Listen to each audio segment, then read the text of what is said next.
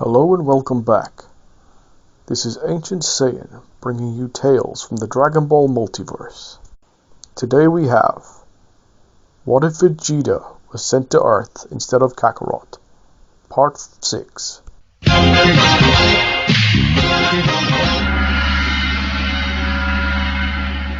Vegeta, Bulma, and Krillin make their way through a long tunnel, their footsteps echoing in the dimly lit space. Bulma complains about the distance, expressing her exhaustion. Are we there yet? This tunnel feels like it goes on forever. Krillin steps on a trap and an arrow darts mere inches above his head. You're lucky you're so short, Krillin. Otherwise that arrow would have turned you into a pincushion. Gee, thanks for the reassurance, Vegeta. Vegeta confidently moves forward, darting across the corridor, skillfully evading every trap. Krillin watches and decides to mimic Vegeta's moves. I can do that too. Krillin successfully replicates Vegeta's movements, dodging the traps. Bulma, however, looks worried. Well, I can't. What if I get hurt? Vegeta quickly darts back to Bulma's side. Don't worry, Bulma. I've got you.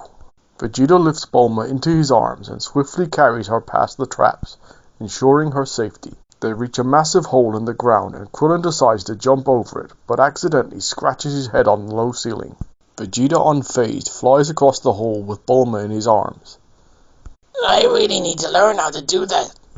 I'll teach you someday.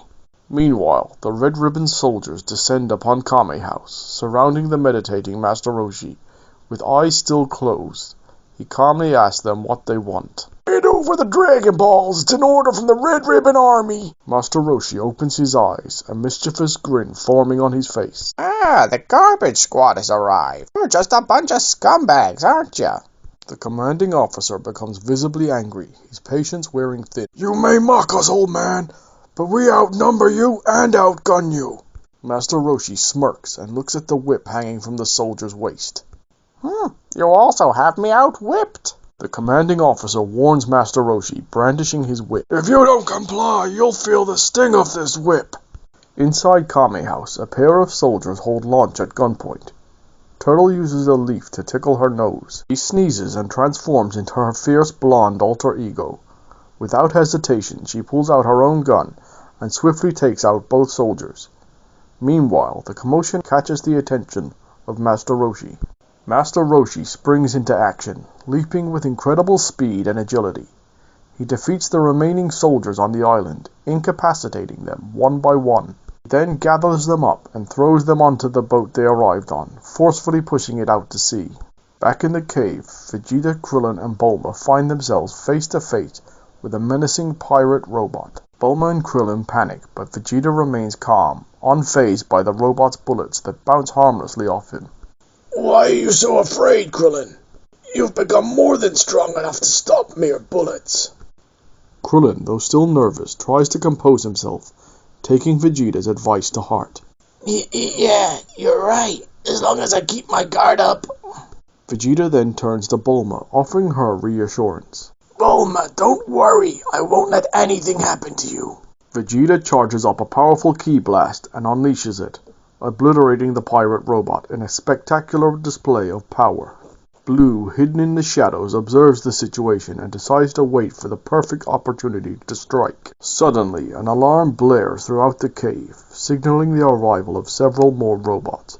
They launch an attack on our heroes, but Vegeta and Krillin quickly spring into action, skillfully taking out the robots, while protecting Bulma. The group presses forward, exploring the cave's hidden rooms and navigating through treacherous traps. Finally, they arrive at the room where the Dragon Ball rests, submerged in a pool of water. Vegeta dives into the water, determined to retrieve the Dragon Ball.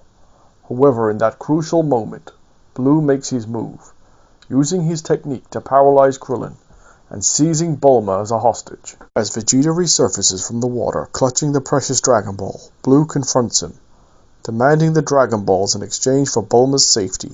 Vegeta reluctantly hands over the Dragon Balls to Blue, not willing to risk Bulma's life. Blue backs out of the room, taking Bulma with him. Just as Vegeta is about to give chase, another group of robots arrives, causing Blue to panic and let out a small squeal. He quickly runs away, leaving Bulma behind.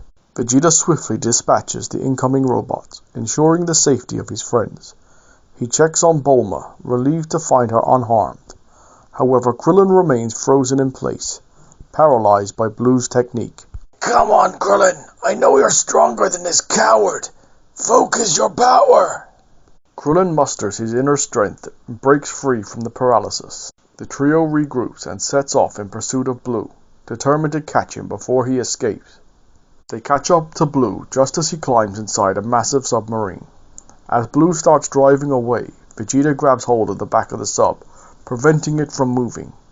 Confused, Blue opens the hatch to investigate, only to be met with a powerful punch from Vegeta.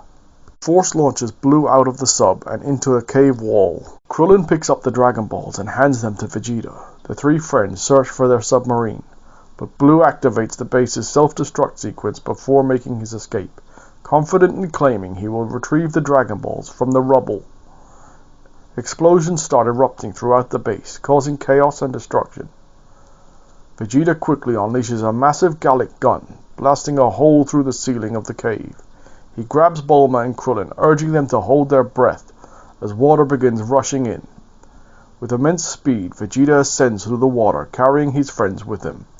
They burst out of the water's surface, gasping for air as they reach the safety of Master Roshi's island. Exhausted, they collapse on the ground. Vegeta, Krillin, and Bulma are recovering from their intense underwater ordeal. Bulma expresses her concern for Vegeta's dangerous journey, and decides to return to West City for her own safety.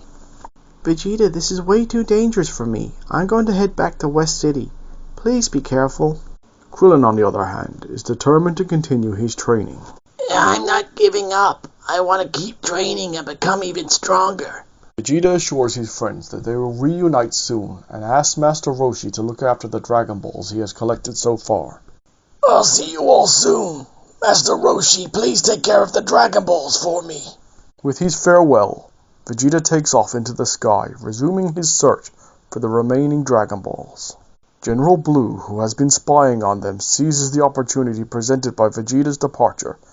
Using his psychic powers, he immobilizes Master Roshi and the others with ropes. Blue confidently enters the house and takes the 4 Dragon Balls left under Master Roshi's care. You cowardly thief! If I were you, I wouldn't spend my last moments calling names. Blue reveals a bomb and places it on the table before swiftly flying away in a jet. Vegeta, in mid-flight, checks his Dragon Radar and is shocked to see the 4 Dragon Balls he had just left at Kame House approaching him. He spots a jet zooming past him, with General Blue inside. Vegeta races back to Kame House in a hurry. Upon arrival, Bulma informs him about the bomb planted by Blue. Without hesitation, Vegeta swiftly picks up the bomb and throws it into the air just in time for it to explode harmlessly above. Once everyone is untied and safe, Vegeta immediately takes off in pursuit of General Blue. Vegeta quickly catches up with General Blue, who is amazed at Vegeta's ability to fly faster than a jet. Blue allows Vegeta to pass him and fires rockets at him, creating a distraction to make his escape. However, he crashes into a mountain, managing to eject just in time. He lands in a strange village, his journey taking an unexpected turn. Vegeta lands in Penguin Village, determined to find General Blue and the missing Dragon Balls. He is greeted by a cheerful young girl named Arale. Hey, you, do you want to play? Busy, kid. I don't have time to play. Vegeta notices the wreckage of General Blue's plane in the distance and quickly flies off towards it. As he lands on the mountain where the plane crashed, he realizes that Blue and the Dragon Balls are nowhere to be found. Just then, Arale arrives, displaying impressive speed. Hey, are you ready to play now? I told you, kid. I'm still busy. Vegeta decides to return to the village, leaving the mountain behind. Meanwhile, General Blue is struggling to find a means of escape, and finds himself caught up in the quirky antics of the eccentric citizens of Penguin Village. Blue manages to steal a police car, but is soon confronted by Arale, who is chasing after Vegeta. Blue steps out of the car, intending to scold her, but Arale's friends, the Gutchins, devour the car, leaving Blue terrified and bewildered. He quickly flees from the scene. Back in the village, Vegeta checks his Dragon Radar, but it appears to be malfunctioning. Arale catches up with him, curious about what he's looking at. What's that thing you're holding?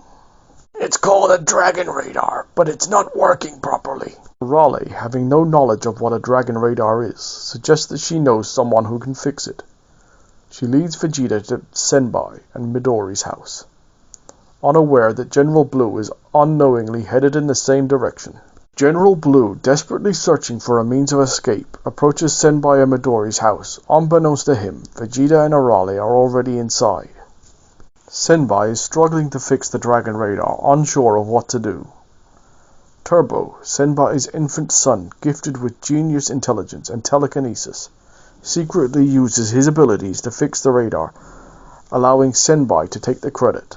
Hurry up, old man. I need that radar working. I'm doing my best, Vegeta. Just give me a little more time. General Blue arrives and spots a plane outside Senbai's house. He notices Vegeta and Arale and decides to hide inside the house. Vegeta turns on the fixed radar and detects that the Dragon Balls are nearby. Excited, he starts searching the house with Arale, unaware that General Blue is hiding within its walls. A game of hide-and-seek ensues, with Blue finding various hiding spots throughout Senbai's house. Eventually, Arale discovers Blue hiding in the fridge. Startling him, Blue grabs Arale and demands that Vegeta let him leave. Let me go or the girl gets it. Arale licks the knife that Blue is holding her hostage with, causing him to drop her in disgust. Even Vegeta finds the situation unsettling. As Blue scrambles to retrieve the radar, Arale launches a running headbutt at him, sending him flying for miles.